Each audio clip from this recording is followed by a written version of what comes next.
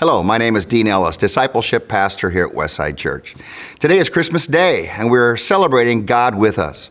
About 700 years before Christ was born, the prophet Isaiah wrote, "Therefore, the Lord himself will give you a sign. Behold, the virgin shall conceive and bear a son, and shall call his name Emmanuel." Isaiah 7:14. You may be asking, what does Emmanuel mean? When we get to the New Testament, Matthew gives us the answer. In Matthew 1:21-23, he records the words of an angel to Joseph regarding his betrothed wife, Mary. He said, "And she will bring forth a son, and you shall call his name Jesus, for he will save his people from their sins."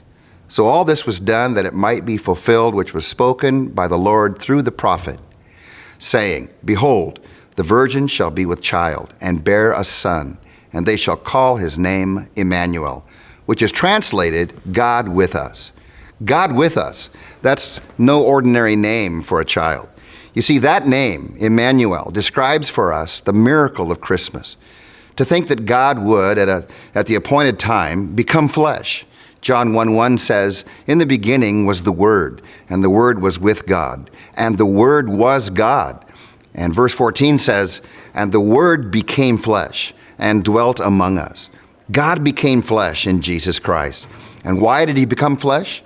So that he could be our substitute, taking sin upon himself, that he might endure the wrath of the Father being poured out on him for the sins of all who would ever believe. 2 Corinthians 5:21 says that the Father made him who knew no sin to be sin for us, that we might become the righteousness of God in him. Think of it. Everyone who repents and puts their faith in Jesus Christ is forgiven, having been given the very righteousness of God as a gift of his grace. As you meditate on Matthew 1:23 today, Emmanuel, may you shout with the angels, "Glory to God in the highest, and on earth peace, goodwill toward men." Merry Christmas, everybody.